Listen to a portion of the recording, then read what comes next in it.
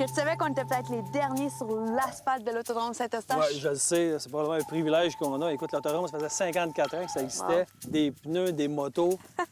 Regarde-moi ça, la chance qu'on a aujourd'hui. Aujourd'hui, on a la machine. Là. On est accompagné de Carl Nadeau qui va nous parler du Rally Kart qui est tout nouveau cette année. Là. Oui, enfin, la première vraie machine de production. On dirait enfin, parce qu'on a tellement mis de temps avec toute l'équipe de Rally Kart pour avoir un bébé comme on voulait, Ben oui. qui est fiable, solide, le fun. Là. Mais oui, c'est notre fierté toute québécoise. Ah oui, c'est ça, c'est 100 conçu et construit. Toute l'ingénierie en arrière de ça, c'est 100 québécois. Ce qu'on va utiliser, bien sûr, c'est des produits de l'industrie qui ont fait leur réputation. Par exemple, le pédalier, on ne réinventera pas à roue. Un pédalier Willwood, c'est utilisé depuis toujours dans les automobiles de compétition. Les mécaniques, on prend des mécaniques japonaises, des moteurs 1000 cc Super Sport ou des Hayabusa ZX14. Puis vraiment, celle-là, on s'amuse. Elle a été battue, surbattue. Le moteur doit avoir 70 000 km aujourd'hui. Mais il faut faire bien des tests, il faut pousser la machine au maximum, il faut trouver tous les points faibles. T'sais, en 4 ans de développement, ces machines, en partant du prototype Rapace jusqu'au Rally Kart de production, je peux te dire qu'il y a eu bien des évolutions. Là. Là, si on commence par le départ, l'histoire un peu, d'où est venue l'idée de faire un Rally Kart? C'est qui se lève un matin et qui pense à ça? Ouais, en plus, ça. au Québec, là, ça, on s'entend. Là. Bien, c'est une belle histoire. Au début, une histoire familiale. Danny Gervais, son père Carole, qui a commencé très, très jeune à se faire déboguer avec ce qu'il trouvait. Fait que des pièces de 4 roues, des pièces de n'importe quoi, jusqu'à ce qu'il se rende compte qu'il commençait à avoir de quoi de le fun, qui n'existe pas au Canada. Et là, tu as Jean-Marc Alcaraz qui est rentré vraiment dans l'équation, que lui, s'est mis à dire ça a le potentiel de faire de la course. De là, le prototype Rapace. Et là, de fil en aiguille, ben des tests. Je suis rentré, moi aussi, dans la gang. Et là, on s'est mis à penser à vraiment avoir un modèle de production qui pourrait être vendu à beaucoup plus grande échelle. Et pour ça, bien, on a tous mis nos inputs de pilotes. Jean-Marc et moi, on a 25 ans chacun d'expérience en sport auto.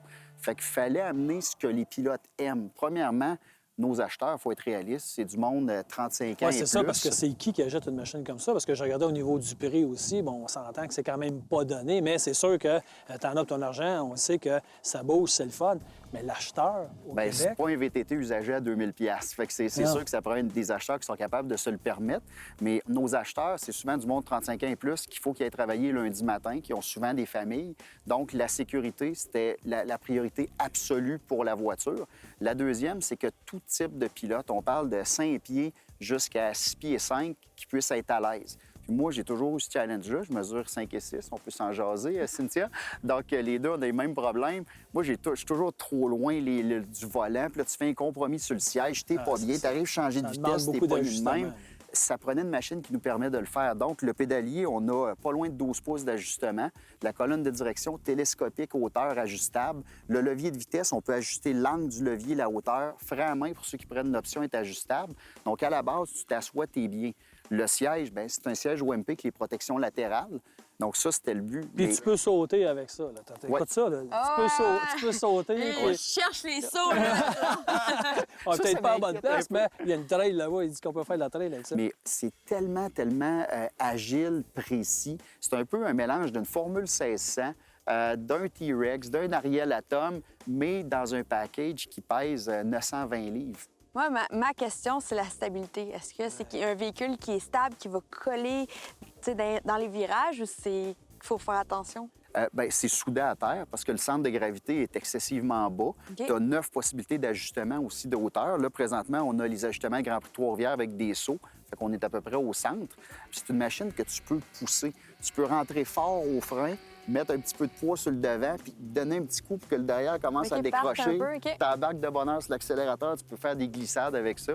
Si tu décides de la pousser, dépasser sa limite, un pilote pas nerveux va avoir un fun noir. Ah ouais. Mais là, j'ai vraiment hâte de l'essayer. Puis, c'est parce que ce qui est drôle, c'est que l'autodrome, j'ai grandi ici. Mon père m'a emmené ici voir les courses, puis c'est peut-être la première fois, puis en plus la dernière, la première et la dernière, oui, c'est ça. Que je vais avoir la chance de rouler ici.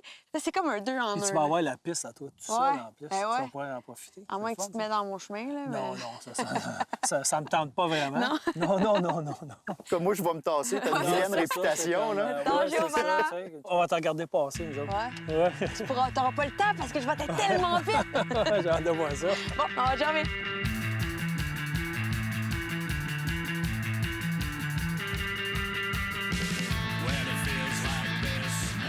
C'est l'heure pour l'essayer, puis c'est aujourd'hui que ça se passe. On va avoir du fun.